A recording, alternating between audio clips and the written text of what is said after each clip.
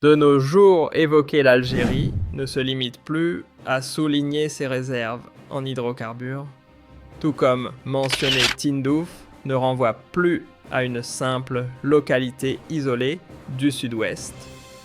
Ce nom, autrefois, ignoré des radars internationaux, s'invite désormais dans les dossiers confidentiels de Washington.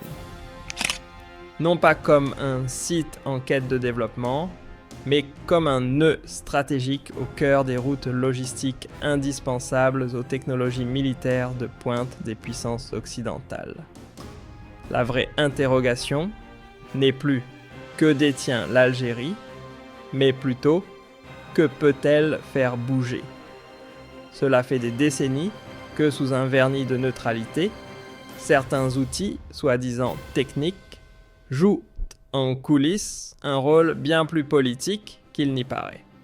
Derrière les discours sur la durabilité, la transparence ou l'éthique de la chaîne d'approvisionnement se cachent des leviers d'influence silencieux, calibrés pour contrôler sans jamais hausser le ton. Ces règles qui se présentent comme de simples formalités administratives ou engagements internationaux anodins sont en réalité des fils bien tendus dans une toile de pression indirecte. En rendant obligatoire l'adhésion à ces standards, on peut saboter doucement un projet, lui faire perdre du temps, exploser son budget ou chambouler ses routes logistiques, le tout sans lever le petit doigt côté occidental. Pas de conflit ouvert, pas de sanctions officielles, juste une série d'entraves discrètes, mais redoutablement efficaces. Résultat, le projet perd en souffle, voit son autonomie se dissoudre lentement tandis que le pays visé, ici l'Algérie, n'a même pas matière à protester, puisque rien officiellement ne ressemble à une attaque frontale. Il ne s'agit plus simplement pour les stratèges américains de flairer les bonnes affaires ou de sécuriser quelques bénéfices bien placés. La grille de lecture a changé. Désormais, l'enjeu réel, c'est d'intervenir en amont avant qu'un projet autonome, surtout s'il est hors radar occidental, ne vienne bousculer l'ordre établi à l'échelle planétaire.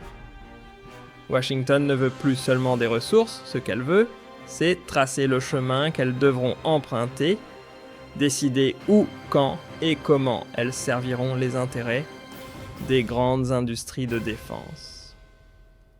Dans cette logique, tout projet qui échappe à ce pilotage devient aussitôt un caillou dans la chaussure de l'Occident, un risque à neutraliser, certes discrètement, mais fermement. C'est là qu'entrent en scène les armes feutrées normes strictes, certifications pointilleuses, règlements universels. Des outils bien plus fins et souvent plus efficaces que les traditionnelles sanctions, car ils n'attaquent pas l'apparence mais le cœur opérationnel du projet, sa capacité à produire, à livrer, à exister, sans supervision étrangère. Aujourd'hui, la stratégie américaine ne se contente plus de courir après les opportunités, elle les encadre, les temporise, les canalise. Il ne s'agit plus d'intervenir quand les cartes sont sur la table, mais bien de dicter la cadence avant même que la partie ne commence. L'objectif, atténuer l'influence d'un projet disruptif, sans jamais franchir la ligne rouge d'un affrontement frontal ou déclencher un sursaut national de résistance. Bref, contenir sans déclencher.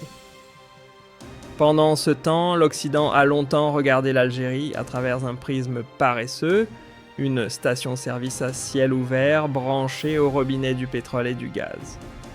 Pendant des décennies, les rapports économiques et les notes diplomatiques, qu'ils viennent de Bruxelles ou de la Maison-Blanche, ont classé l'Algérie dans la catégorie des fournisseurs prévisibles bons élèves d'un marché fossile globalisé. Une vision confortable, mais dépassée. L'image caricaturale de l'Algérie, celle d'un pays figé dans ses exportations énergétiques, enfermé dans un réseau commercial étroit et totalement absent des grands circuits technologiques, n'est pas né par hasard. Elle s'est installée confortablement dans les esprits occidentaux alimentés par des décennies d'un modèle économique peu diversifié qui faisait de l'Algérie un figurant discret sur la scène mondiale. Mais ce temps est révolu. L'Algérie n'a pas si simplement coché à une nouvelle case économique en entrant dans le jeu des terres rares. Elle a changé de ligue. Ce n'est plus un simple fournisseur d'énergie fossile, mais un acteur stratégique capable d'alimenter les circuits vitaux de l'innovation militaire et des technologies de rupture. Chaque gramme extrait ou raffiné dans ce secteur résonne désormais jusqu'au centre nerveux des grandes puissances, influençant à la fois leurs dispositifs de défense et leur marge de manœuvre diplomatique dans les zones les plus sensibles du globe. Aujourd'hui, l'Algérie n'est plus évaluée à l'aune de ses barils de pétrole ou de ses mètres cubes de gaz. Ce qui attire désormais les projecteurs, c'est sa capacité à faire trembler les fondations d'un marché jusque-là verrouillé, celui des minéraux critiques. En devenant capable de proposer des routes d'approvisionnement alternatives autonomes, elle s'invite dans les calculs géostratégiques de Washington et Bruxelles. Loin du rôle secondaire qu'on lui attribuait autrefois, elle devient un acteur que les grandes puissances doivent désormais surveiller de près, car son imprévisibilité pourrait bien redessiner les rapports de force mondiaux. Oui, l'Algérie s'inscrit désormais dans le cercle restreint des futurs poids lourds du secteur des terres rares. Oubliez l'image poussiéreuse de simples métaux exotiques.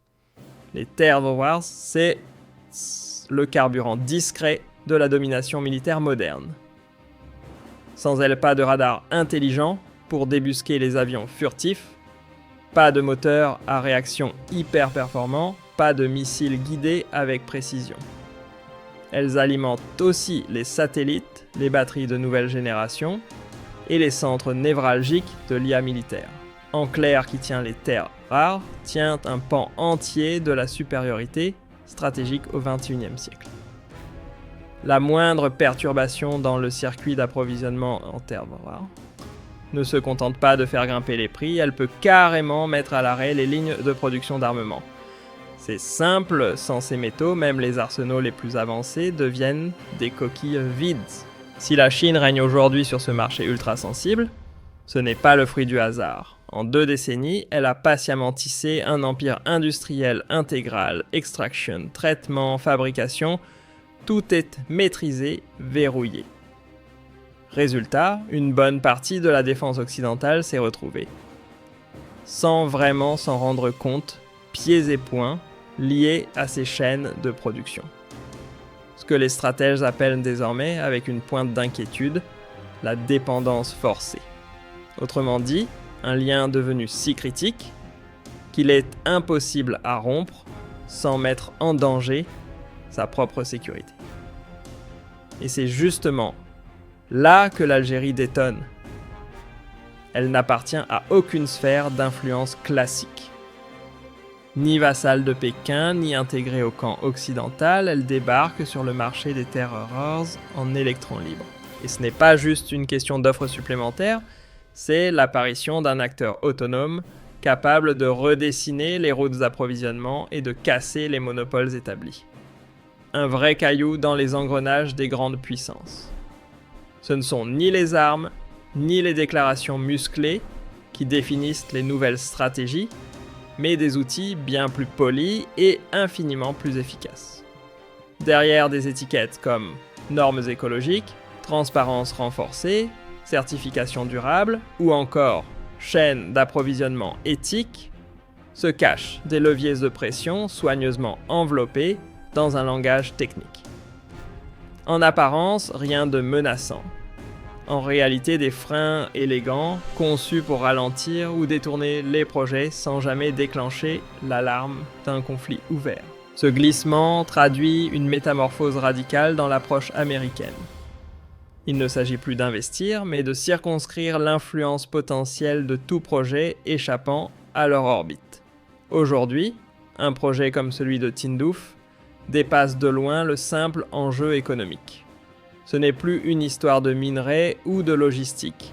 Il s'agit d'un réseau d'infrastructures, extraction, stockage, transport, communication, désormais géré avec les codes de la défense nationale. L'idée n'est plus de produire à bas coût, mais de garantir la résilience stratégique, de sécuriser la dissuasion, sans tirer un seul coup de feu. Et dans ce contexte, toute tentative d'interférence est perçue non comme un débat commercial, mais comme une atteinte directe à la souveraineté. D'où l'irruption dans les discours militaires de concepts bien plus lourds, de sens espace aérien, dissuasion active, autonomie technologique, défense préventive. Un lexique qui en dit long sur la nature réelle du projet. On pourrait croire à un simple projet industriel, mais ce qui se joue à Tindouf dépasse de loin l'extraction de minerais. Ce n'est pas une exploitation comme les autres. C'est le cœur discret d'une bataille mondiale pour le pouvoir où l'économie n'est qu'un prétexte. Ce territoire, souvent oublié des projecteurs, est désormais au centre d'un bras de fer géostratégique majeur. Les terres rares, ce ne sont plus des matières premières comme les autres. Elles sont devenues les fondations invisibles de la suprématie militaire et technologique moderne. Maîtriser ces éléments, c'est détenir la capacité de produire des armements sophistiqués, de faire fonctionner les satellites, d'alimenter l'intelligence artificielle militaire et de maintenir en vie les chaînes industrielles de défense durablement. Avec le projet Tindouf, l'Algérie ne se contente pas de rejoindre un secteur économique, elle s'invite à la table des puissants. Ce qui se construit ici influence directement la planification militaire des grandes nations et pourrait bien peser dans l'issue des conflits à venir. Chaque décision industrielle sur ce sol est désormais un mouvement sur l'échiquier global. Ce qui donne à ce projet sa portée explosive, c'est son autonomie potentielle. Ni intégré dans l'orbite chinoise, ni inféodé aux intérêts occidentaux, il bouscule les équilibres établis. Tindouf devient alors une carte stratégique, capable de redéfinir les routes d'approvisionnement mondiales et de briser les monopoles soigneusement construits par les géants d'hier. C'est là qu'apparaît, presque en filigrane, le lien inattendu entre Tindouf et Taïwan, deux points du globe que tout oppose en apparence, mais que la géopolitique rapproche discrètement. Une source de terres rares, libre de toute tutelle, offre un levier stratégique à la fois pour l'Orient et l'Occident. Pas besoin de missiles ou de manœuvres militaires, le simple fait de déstabiliser les dépendances suffit à faire vaciller l'équilibre mondial. Face à cette réalité, les doctrines de Washington et de Bruxelles prennent un sérieux coup de vieux. Le bon vieux containment ne fait plus le poids. Il ne s'agit plus de bloquer, mais de freiner subtilement, de canaliser sans provoquer. Alors, on ressort l'arsenal des pressions douces normes internationales, labels responsables protocoles environnementaux, une boîte à outils diplomatique, conçue pour ralentir la machine sans jamais appuyer sur le bouton rouge. De l'autre côté, l'Algérie avance à contre-courant. Pas question de courir après les dividendes à court terme. Ce qu'elle vise, c'est une souveraineté durable, une place repensée dans un monde en recomposition.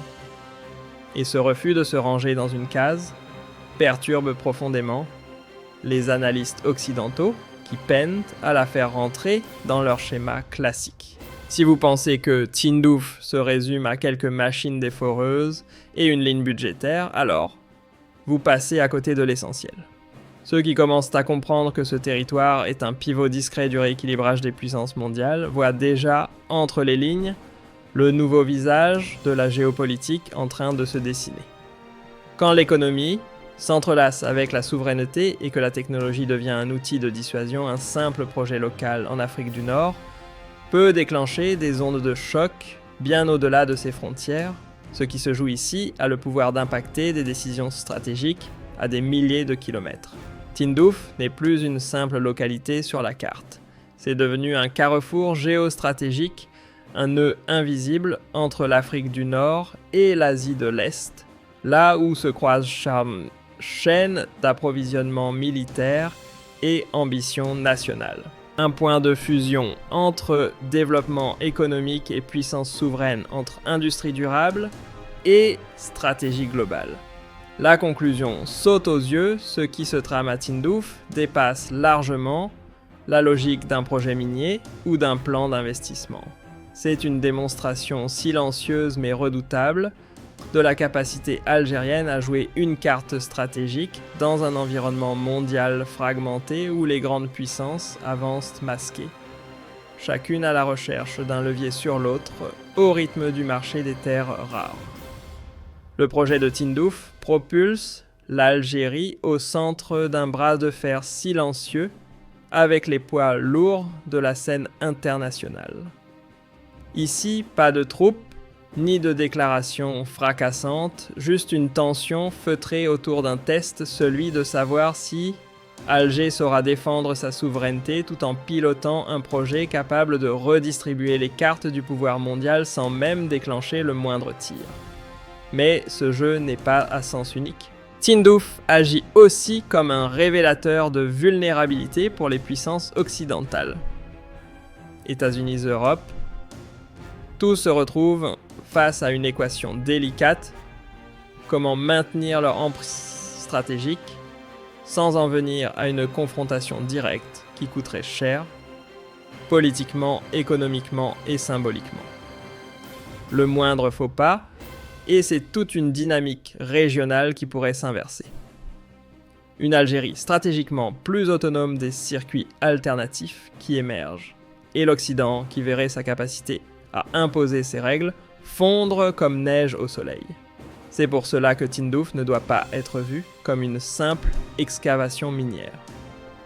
C'est un terrain d'expérimentation géopolitique, grandeur nature. Tandis qu'Alger cherche à gagner en liberté d'action les grandes puissances, elle s'efforce de neutraliser cette montée en puissance, discrètement, méthodiquement, sans déclencher l'incendie, mais en allumant les allumettes. Au fond, Tindouf est bien plus qu'un site stratégique. C'est devenu le miroir d'une vérité globale. Derrière chaque méga-projet économique se cachent des ramifications profondes avec les logiques de défense et les réseaux vitaux d'approvisionnement géostratégique. Ce projet incarne une réalité plus vaste encore.